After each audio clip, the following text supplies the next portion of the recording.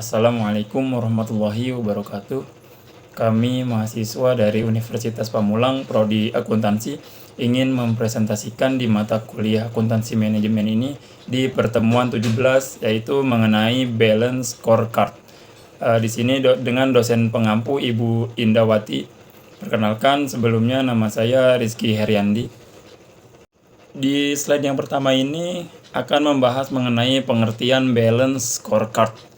Balance Scorecard itu adalah suatu metode sistem manajemen strategis dan alat ukur kinerja yang dikembangkan oleh Robert S. Kaplan dan David Norton pada awal tahun 1990-an. Tidak hanya berfokus pada aspek keuangan atau finansial saja, tetapi juga pada faktor-faktor non-keuangan yang merupakan pemicu kinerja di masa depan.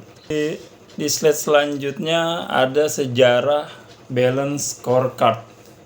Pada akhir tahun 1980-an dan awal 1990-an, Kaplan dan Norton memperkenalkan konsep Balance Scorecard ini ke dalam artikel Harvard Business Review.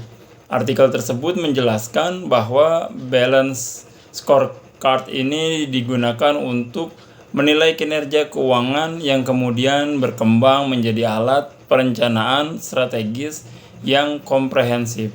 Hai guys, perkenalkan nama aku Pani Wulandari. Di sini aku akan menjelaskan tentang fungsi dan perspektif yang ada dalam Balance Scorecard. Fungsi utama yang terdapat dalam Balance Scorecard yaitu 1. Sebagai alat ukur kinerja manajemen strategis. 2. Mempermudah komunikasi target organisasi. 3. Menyusun strategi perusahaan secara terstruktur. 4.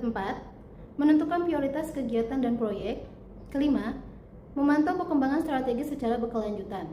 Perspektif Balance Scorecard terbagi menjadi 4 bagian, yaitu ke-1 ada perspektif keuangan untuk menilai keberhasilan organisasi dalam menghasilkan laba dan meningkatkan nilai bagi pemegang saham. Contoh indikatornya yaitu ada ROI, pertumbuhan, dan pendapatan. Kedua, perspektif pelanggan dengan mengukur kepuasan dan loyalitas pelanggan serta persepsi terhadap nilai produk atau jasa. Contoh indikatornya yaitu ada kepuasan pelanggan, tingkat retensi, dan pangsa pasar. Yang ketiga ada perspektif proses internal, yaitu menilai efisiensi dan efektivitas proses bisnis yang berdampak pada nilai pelanggan. Contoh indikatornya yaitu ada waktu siklus produksi, tingkat cacat, dan kecepatan layanan. Keempat, perspektif pembelajaran dan pertumbuhan yang berfokus pada kemampuan organisasi untuk berinovasi dan berkembang. Contoh indikatornya yaitu ada pelatihan karyawan, adaptasi teknologi, dan budaya kinerja kolaboratif. Kenalkan, nama saya Anissa dari kelas 05 Sake 009. Selanjutnya, di sini saya akan menjelaskan pihak yang menggunakan Balance Scorecard. Pihak yang menggunakan Balance Scorecard dalam organisasi yaitu yang pertama ada manajer dan eksekutif, yang kedua ada kepala divisi, yang ketiga ada manufaktur, ada jasa, ada pendidikan, dan lembaga publik. Yang selanjutnya yaitu ada keunggulan Balance Scorecard. Keunggulan yang terdapat dalam Balance Scorecard yaitu yang pertama yaitu menyatukan laporan keuangan dan non-keuangan.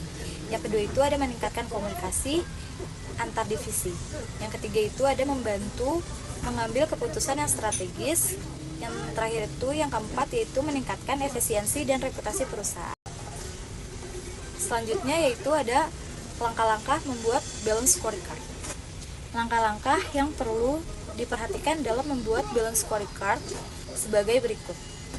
Yang pertama itu ada menentukan visi dan misi organisasi.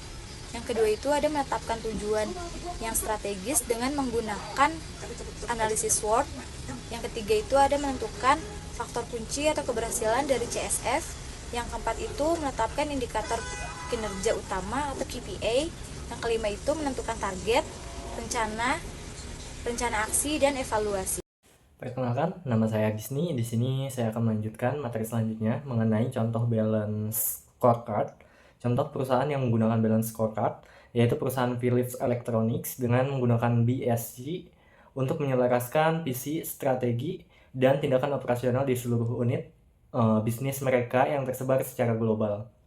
Dalam penggunaan ini, mereka mengidentifikasi 4 faktor kritis keberhasilan yang sedikit disesuaikan dari 4 perspektif standar BSG.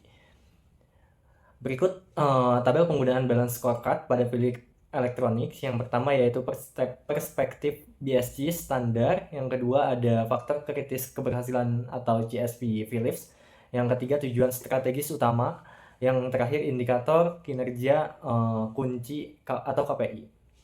Nah, yang pertama yaitu perspektif BSG. Yang pertama ada keuangan, yang kedua pelanggan, yang ketiga proses bisnis internal, yang keempat pembelajaran dan pertumbuhan. Nah, yang pertama yaitu keuangan. Faktor kritis keberhasilannya yaitu keuangan, nilai pertumbuhan, dan produktivitas. Tabel selanjutnya yaitu tujuan strategis utama, mencapai pertumbuhan pendapatan yang menguntungkan. Lalu ada indikator kinerja kuncinya yaitu pertumbuhan pendapatan bersih yang menguntungkan atau ROI, arus kas. Nah, yang kedua pelanggan, faktor kritis keberhasilannya yaitu pelanggan atau proposisi nilai. Nah, yang selanjutnya yaitu tujuan strategis utamanya menciptakan kepuasan pelanggan. Lalu indikator kinerja kunci atau KPI-nya, tingkat kepuasan pelanggan, pangsa pasar, retensi pelanggan. Nah, selanjutnya ada perspektif BSG standar proses bisnis internal.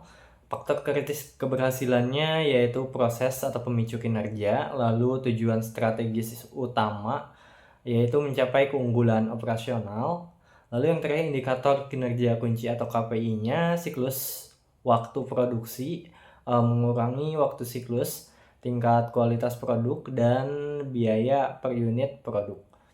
Yang terakhir yaitu pembelajaran dan pertumbuhan.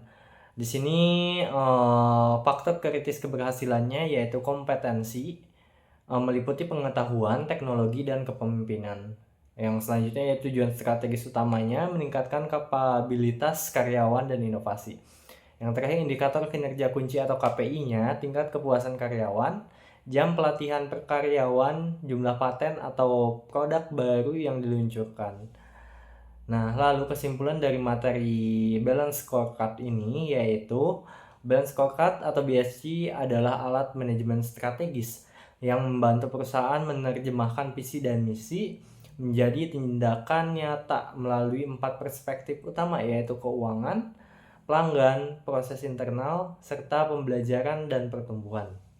Dengan menerapkan BSG, organisasi dapat menilai kinerja secara menyeluruh, tidak hanya berdasarkan aspek keuangan, tetapi juga bagaimana perusahaan menciptakan nilai jangka panjang. BSG membantu manajemen meningkatkan efisiensi, komunikasi strategis, dan pencapaian tujuan bisnis secara berkelanjutan. Sekian dari kelompok kami, kurang lebihnya mohon maaf. Wassalamualaikum warahmatullahi wabarakatuh.